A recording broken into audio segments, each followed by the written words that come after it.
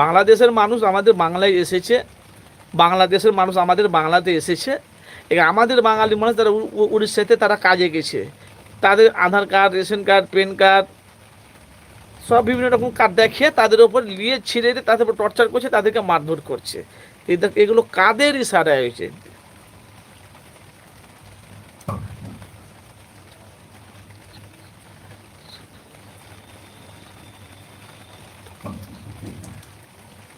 আমি জানি, আমি জানি মানুষকে পরিবর্তন করার জন্য সুযোগ দিয়েছিল, সেটাও আমি জানি, কিন্তু মানুষ তো পরিবর্তন হলো না।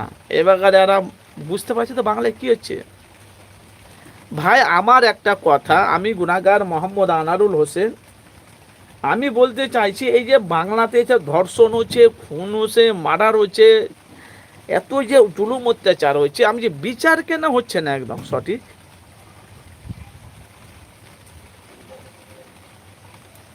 ভাই আপনারা একটু বলবেন বিচারটা কেন হচ্ছে না, কি কারণে বিচার হচ্ছে না, কি কারণে, কি উদ্দেশ্যে?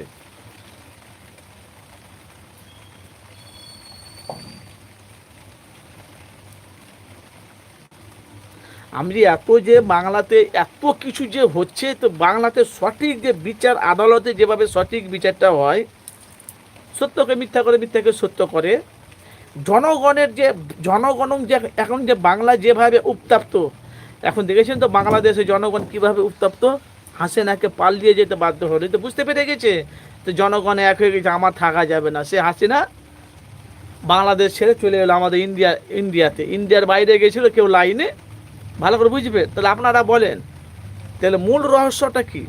আমি বলতে চাইছি, আবার আমাদের পশ্চিম বাংলাদেশে যে কেসটা ঘটেছে, আবার এই কেসটা আমাদের বাংলায় ঢোবে না তো নাকি?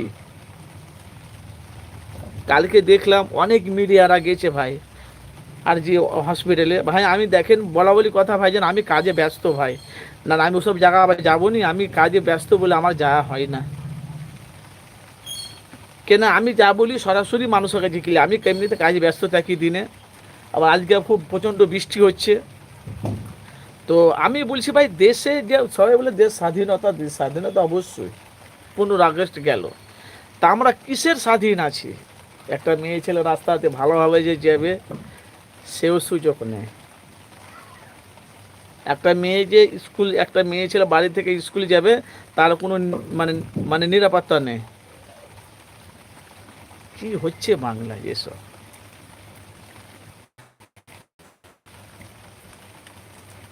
ভাই আসল কি জানেন মানুষ, আমি এখন লাইভে, আমি এখন আপনাদের সাথে আলোচনা করতাম না, এখন ভাই কিছু কিছু মানুষ আছে না, তাদের বলা বলি কথা ভাই, তাদের হাত বাঁধা, তাদের হাত বাঁধা। নওশাদ সিদ্দিকীর হাত বাঁধা ছিল না বলে আজকে বর্ধমানে পৌঁছালছে ছাত্রী খুন, ওখানে সাংবাদিক পৌঁছালে, মিডিয়া পৌঁছালছে, যারা বড় বড় সাংবাদিক মিডিয়া, তারা সেটাকে নিয়ে তারা টেলিকাস্ট করবে। বর্ধমান চলে গেল ছুটে নওশাদ সিদ্দিকী, যিনি এমএলএ বিধায়ক ভাঙড়ে। ভাই আমি লাইভ থেকে বেরিয়ে যাবো, যেহেতু ভাই আমি কাজে ব্যস্ত আছি, এই জন্য আপনাদের কাছে সঠিকভাবে লাইভ দিতে পারছি না, আমি আলোচনা করতে পারছি না। ভাই একটু কে কোথায় থাকে একটু কমেন্ট করবেন।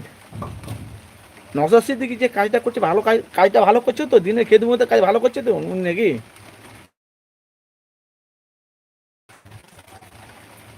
কিন্তু কলকাতা যে উত্তপ্ত হয়ে আছে ভাই, ছাড়বে না জনগণ, এর শেষ রায় দেখে দেখবে, তারপরে ছাড়বে না। আর যে হসপিটালে যে মেয়েটাকে ধর্ষণ করেছে, বাংলার মানুষ ছাড়বে না। কালকে মুর্শিদাবাদে বিশাল বড় জনসভা মিছিল হয়েছে তৃণমূলের, মুর্শিদাবাদ, জঙ্গিপুর, রঘুনাথগঞ্জে বিশাল বড় জনসভা মিছিল, লক্ষ লক্ষ মানুষের ভিড়। আমি বলতে চাইছি যে আপনার ঘরে যদি মা বোন হতো তাহলে আপনি কি করতেন?